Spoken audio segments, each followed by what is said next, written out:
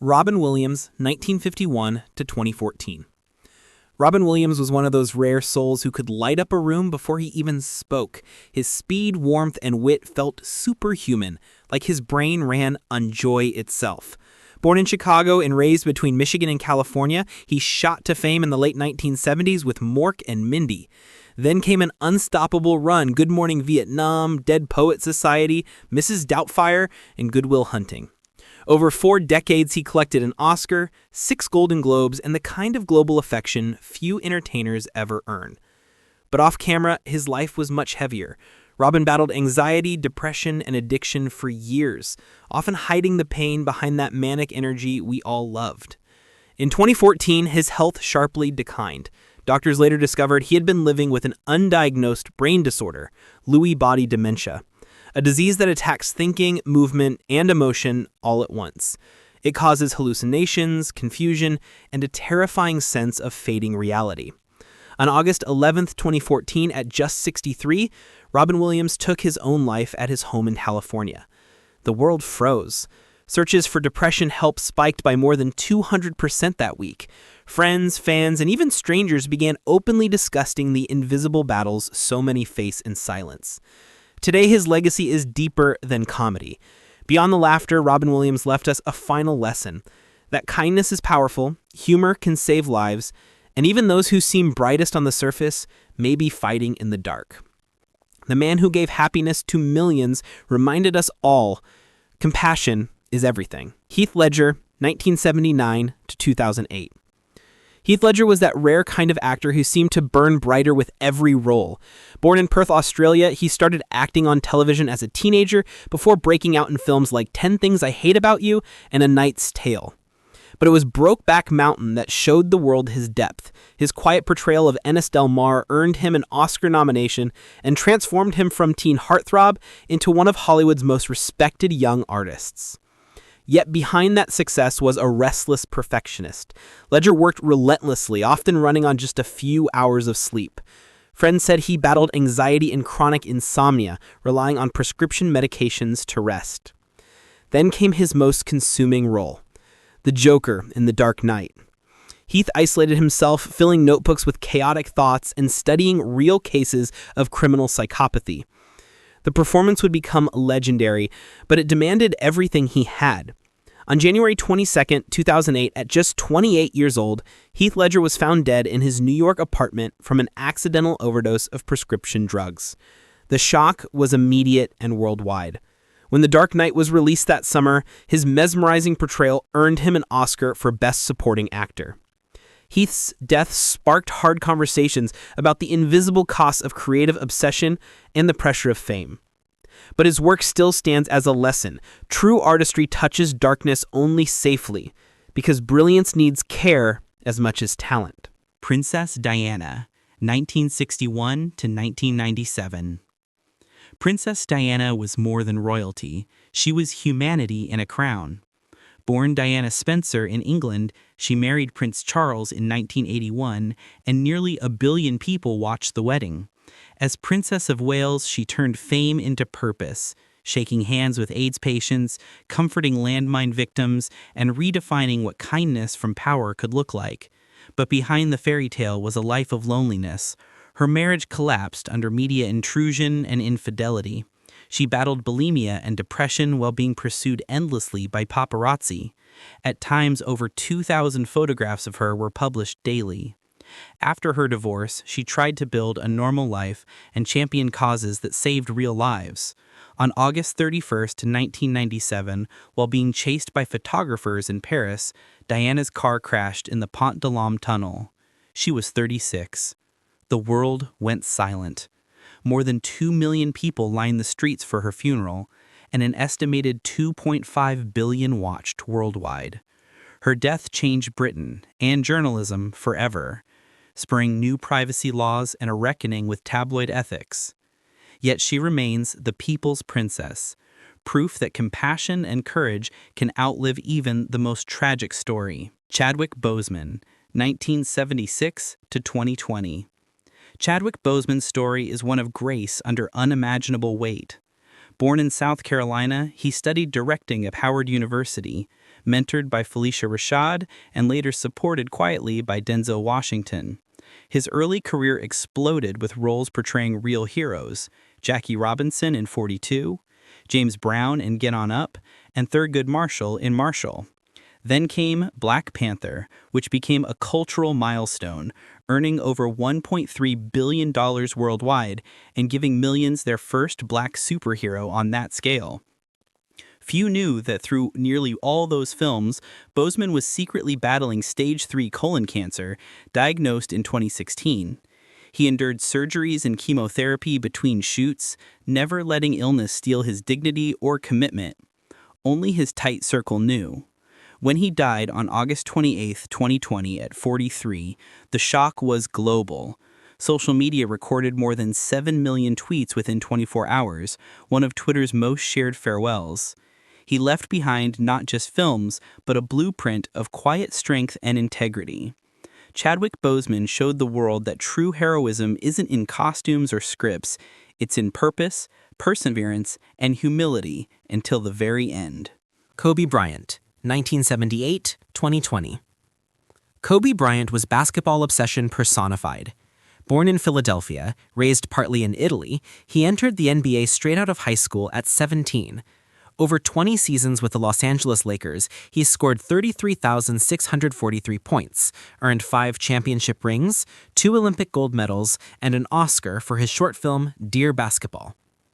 Away from the court, Kobe reinvented himself as a storyteller and father of 4 daughters, especially close to Gianna, who shared his love for the game.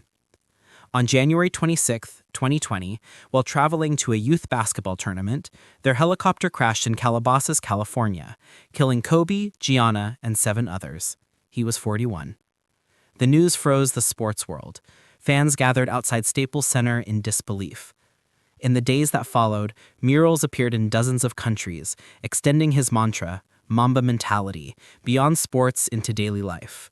Relentless improvement, focus, balance. Kobe's death wasn't just basketball's loss. It reminded millions to value each ordinary morning, each hug with family, and each chance to strive for greatness with gratitude. Amy Winehouse, 1983-2011. Amy Winehouse had a voice that sounded borrowed from another century. Rich, raw, and heartbreakingly real. Born in North London, she grew up surrounded by jazz and soul music, writing her own songs as a teenager. Her second album, Back to Black, made her an international star, winning 5 Grammys in a single night and redefining modern soul. But fame magnified her struggles. Amy battled alcoholism, bulimia, and a public relationship that kept her in tabloids more than in studios. Behind the eyeliner and attitude was a young woman using music to stay afloat. Years of relentless media attention and addiction took a brutal toll. Her performances grew erratic, and she failed to find steady help. On July 23, 2011, Amy Winehouse was found dead at her home in Camden at just 27 from alcohol poisoning. She joined music's so-called 27 Club, the age that climbed Hendrix, Joplin, and Cobain. Her passing renewed global discussions about mental health, toxic celebrity culture, and substance treatment access. Even now, her voice remains timeless, proof that raw honesty in art can outlive even the pain that created it. Paul Walker, 1973-2013. Paul Walker wasn't just a movie star. He was the calm soul behind one of cinema's biggest adrenaline-driven franchises. Born in Glendale, California, he started modeling and acting as a child, appearing in commercials and small TV roles before breaking through in Varsity Blues and The Skulls. But when The Fast and the Furious hit theaters in 2001, his life changed forever. As Brian O'Connor, the undercover cop turned family-bound racer, Walker became the heart of a billion-dollar franchise that spanned decades of fandom. Off-screen, though, he was almost nothing like his on-screen persona. Quiet, grounded, and deeply compassionate. A devoted single father to his daughter Meadow, he also founded Reach Out Worldwide, a nonprofit that delivered emergency aid after natural disasters. On November 30th, 2013, after attending a charity event for that very cause, he took a short drive with his friend Roger Rodas in a Porsche Carrera GT. Moments later, the car crashed at high speed and burst into flames. Both men died instantly. Paul Walker was 40. The loss stunned fans and coworkers alike. Production on Fast and Furious 7 stopped for months. His brothers later helped complete his scenes using digital effects, and the film closed with See You Again, a tribute song that dominated charts for 12 weeks and collected billions of views. Paul Walker's death became a cultural reminder that kindness and humility can coexist with greatness. He lived fast on screen, but in real life he raced toward compassion, a quiet hero whose engine still echoes in the hearts he helped. Michael Jackson, 1958 to 2009. Michael Jackson wasn't just a superstar. He reshaped the sound and image of pop itself. Born in Gary, Indiana, he began performing with his brothers in the Jackson 5 before launching a solo career that rewrote music history. His 1982 album Thriller sold more than 70 million copies worldwide, becoming the best-selling album ever. Every release, Bad, Dangerous, H.I. Story, pushed creative and cultural limits. Behind the perfectionism was deep physical and emotional strain. Jackson lived under the brightest spotlight on earth, enduring decades of lawsuits, plastic surgery, speculation, and controversy. Chronic insomnia haunted him. In preparation for his comeback concerts This Is It, he began relying on heavy sedatives. On June 25, 2009, at his Los Angeles home, Jackson suffered cardiac arrest caused by an overdose of propofol, administered by his private physician. He was 50. The moment the news broke, the internet nearly crashed. Twitter recorded more than 5,000 tweets per second, and fans gathered in cities around the world. His death remains one of the most shocking in pop culture, raising major questions about medical ethics and fame's cost. Even today, his influence beats through every arena, playlist, and dancer who ever dreamed of more. Whitney Houston, 1963 to 2012. Whitney Houston's voice was once described as a national treasure. Born in Newark, New Jersey, and raised singing in church, she became one of the most awarded female artists of all time, over 400 career awards, with hits like I Will Always Love You and Greatest Love of All. Her debut album dominated the charts for 14 weeks, and her soundtrack for The Bodyguard sold 45 million copies worldwide. Yet behind the power and glamour, Whitney suffered. Constant pressure, a turbulent marriage with Bobby Brown, and years of drug abuse slowly eroded her health and confidence. Public struggles and canceled performances made headlines, but she kept trying to recover. In the end, addiction proved relentless.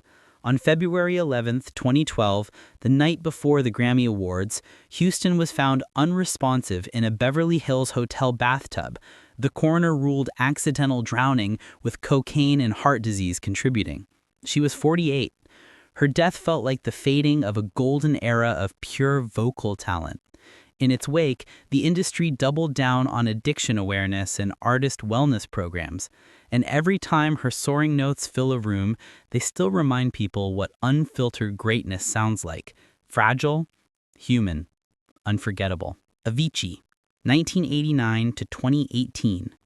Avicii, born Tim Bergling in Stockholm, was the prodigy who turned bedroom beats into a global movement. By 21, his song Levels exploded worldwide, blending euphoric melody with dance floor power. His hits Wake Me Up and Hey Brother topped charts in more than 40 countries, earning him Grammy nominations and festival headliner status. But behind the glow sticks and confetti cannons was a shy perfectionist, crushed by touring's pace. In 5 years, he performed over 800 shows, suffering from pancreatitis, chronic pain, and exhaustion. Despite retiring from touring in 2016 to heal, the demands and inner turmoil never truly stopped. On April 20th, 2018, while on vacation in Oman, Tim Bergling took his own life at 28.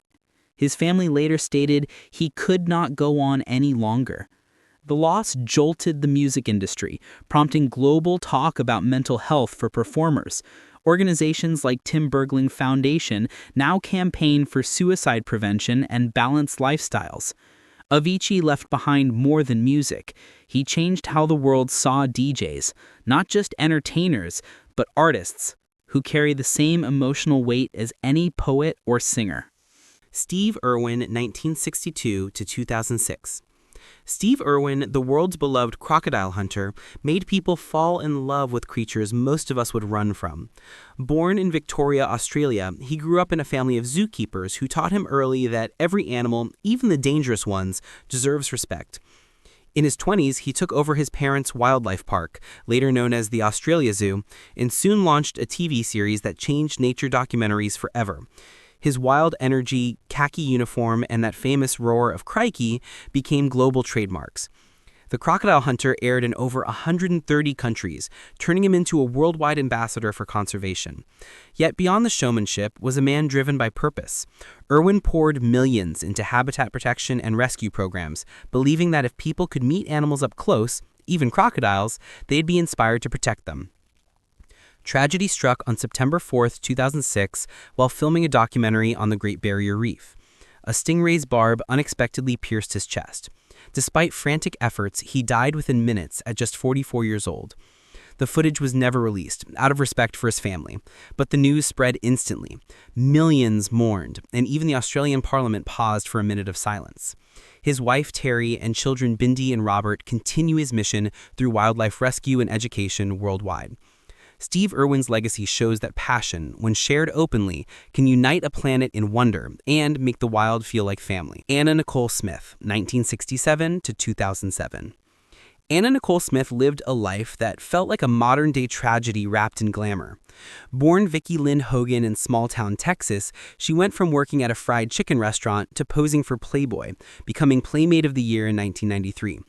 Her Marilyn Monroe style and whirlwind charm turned her into a pop culture phenomenon.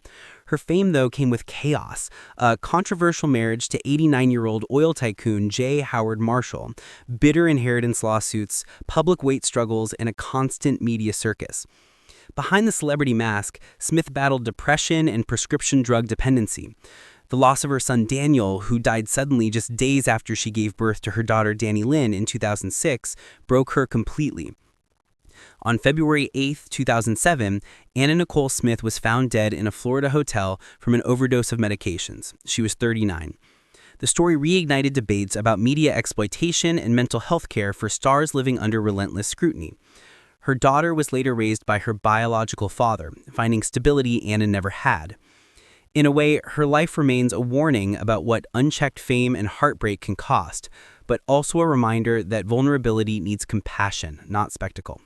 Naya Rivera, 1987 to 2020. Naya Rivera rose to fame playing Santana Lopez on Glee, where her powerhouse voice and charisma made her one of the show's brightest stars. Born in California, she had been acting since childhood, appearing in sitcoms before her breakout role at 22. Fans connected deeply with her portrayal of a proud, complex Latina LGBTQ character, groundbreaking representation at the time. Off-screen, Rivera balanced acting, motherhood, and writing a memoir titled Sorry Not Sorry. She often spoke about resilience, mental health, and learning self-respect after public ups and downs. On July 8, 2020, she rented a boat with her 4-year-old son Josie on California's Lake Piru. When they didn't return, search teams found the child asleep aboard. Naya had disappeared.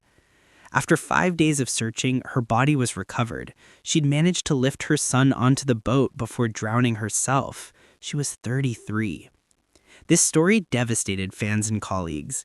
Tributes flooded social media, describing her as both fierce and nurturing. Her final act, saving her child, became a heartbreaking symbol of parental love and courage. Naya Rivera's legacy lives in every person she inspired to speak up, live proudly, and love deeply. Chester Bennington, 1976 to 2017. Chester Bennington gave a generation its rawest voice of pain and perseverance. Born in Phoenix, Arizona, he survived abuse, addiction, and bullying before finding escape through music. In 2000, he joined Linkin Park, and their debut Hybrid Theory sold over 30 million copies, making it one of the best-selling albums of the 21st century. His piercing vocals and emotional honesty in songs like Numb, In the End, and Crawling turned adolescent confusion into collective healing. Despite success, Chester battled depression, alcoholism, and trauma throughout his life. He spoke openly about mental health struggles even when performing before 90,000 fans. The world saw strength. Few saw the constant weight underneath. On July 20th, 2017, his friend Chris Cornell's birthday, Chester Bennington took his own life at his home in California. He was 41. The shock rippled through fans worldwide. Mental health hotlines reported a 30% surge in calls that week. His bandmates later created the One More Light Fund to support mental health awareness. Chester's voice still echoes, reminding everyone that sharing pain never shows weakness. It shows we're still fighting. Philip Seymour Hoffman, 1967 to 2014. Philip Seymour Hoffman was often called the actor's actor. Born in upstate New York, he studied theater and mastered subtlety on screen, every gesture loaded with truth. His performances in Capote, The Master, and dozens more earned him 4 Oscar nominations and 1 win, plus deep respect across Hollywood. Yet behind his steady presence was lifelong addiction. After years sober, Hoffman relapsed in 2013 while balancing fatherhood and back-to-back roles. On February 2, 2014, he was found dead in his Manhattan apartment from a heroin and prescription drug overdose. He was 46. His death triggered widespread reflection on opioid abuse, even among high achievers who seemed fine.